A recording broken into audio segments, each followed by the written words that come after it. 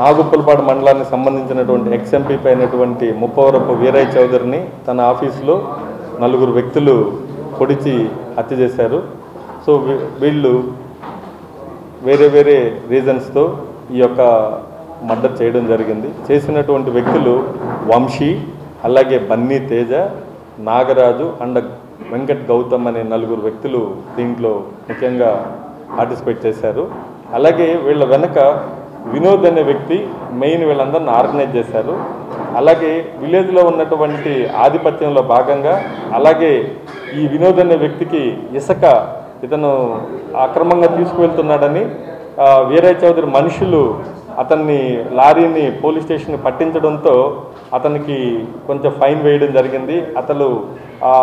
అక్కడి నుంచి అతను గ్రడ్జు పెట్టుకొని అక్కడ ఇసుక తీసుకెళ్ళనివ్వకుండా చేశారని, తనకు వ్యాపారాన్ని లాస్ అయ్యాయని ఉన్న సందర్భంలో అదే గ్రామానికి సంబంధించినటువంటి ఆళ్ల సాంబశివరావు అలియా సిద్ధాంతి ఇతను కొన్ని వేరే వేరే ఇష్యూస్తో వీరయ్యకి వీళ్ళ టీంకి అలాగే తన మేనల్లుడైనటువంటి ముప్పా సురేష్ అండ్ టీంతో కొన్ని ఇష్యూస్ ఉన్నాయి. కొన్ని విలేజ్కి సంబంధించినటువంటి రాజకీయాల్లో కూడా వీళ్ళకి కొంత ఆధిపత్యం నడుస్తుంది.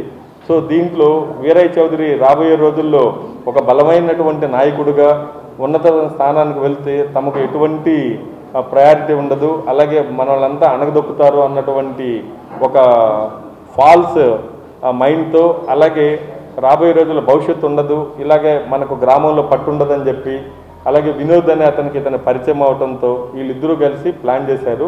వినోద్కి దొంగ ఇసుక తీసుకెళ్తున్న సందర్భంలో ఆపడంతో అతను కొంత లాస్ అయ్యాడు. అలాగే ఇతనికి గ్రామంలో ఉన్నటువంటి కక్షల వాళ్ళు ఇద్దరు కూడా కలిసి ప్లాన్ చేసి సాంబయ్య 20 లక్షల రూపాయలు మొదటగా ఇచ్చారు. అలాగే వినోద్ని చంపేమని వీరయ్య చౌదరిని చంపేమని చెప్పి పురమాయించి 20 లక్షలు ఇంకా నెక్స్ట్ ఇస్తాను, అలాగే నెక్స్ట్ వీరయ్య చౌదరి లేకపోతే మొత్తం మా చేతుల్లో ఉంటుంది, నీకు ఇసుక అలాగే రాబోయే రోజుల్లో ఈ కాన్స్టిట్యున్సీలో బియ్యము ఇలాంటివన్నీ మేము నీకు ఇస్తామని చెప్పి సిద్ధాంతి అతను ఈ డిజైన్ చేశాడు. అతను మర్చిపోయింది ఏంటంటే వీరయ్య చౌదరిని చంపేస్తే జైలుకి వెళ్తాము, అలాగే ఎటువంటి నాయకుడు కాలేమన్నటువంటి విషయం మర్చిపోయాడు.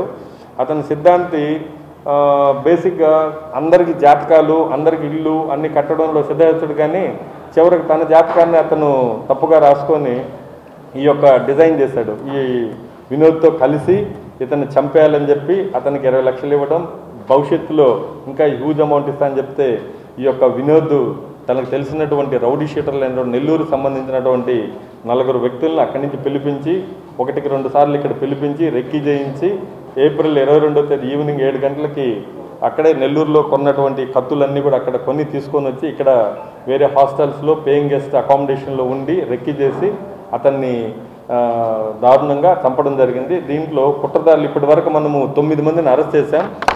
అలాగే ఇంకా 3 పరారీలో ఉన్నారు. 3 టీములు కూడా వీళ్ళ కోసం మనం తిరుగుతున్నాం.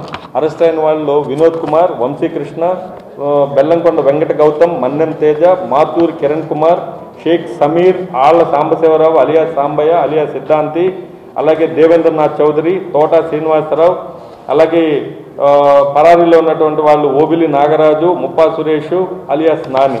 సో వీళ్ళందరూ కూడా ఉన్నారు. దీంట్లో దేవేంద్రనాథ్ చౌదరి కూడా ఈ యొక్క వినోద్ అనే వ్యక్తి తెలిసినటువంటి పరిచయస్తులు వీళ్ళు అతనికి చెప్పడం జరిగింది, ఇలా అటాక్ చేస్తున్నాం మేమని చెప్తే దేవేంద్రనాథ్ చౌదరి నాకు ఎందుకు చెప్తున్నారని చెప్పి అతను అవాయిడ్ చేసి ఆ ఇన్ఫర్మేషన్ అతను ఎవరికి షేర్ చేయకుండా అలాగే దాంట్లో పెట్టుకోవడం వల్ల అతన్ని డిస్క్లోజ్ చేస్తుంటే ఈ యొక్క కుట్రని భగ్నం చేసే అవకాశాలు ఉంటాయి. అందుకని అతను కూడా మనం దీంట్లో ఈ కేసులో ముద్దాయిగా అతను ఇన్ఫర్మేషన్ షేర్ చేయలేదు కాబట్టి అతను కూడా ఒక ముద్దాయిగా మనం చూపెట్టడం జరిగింది.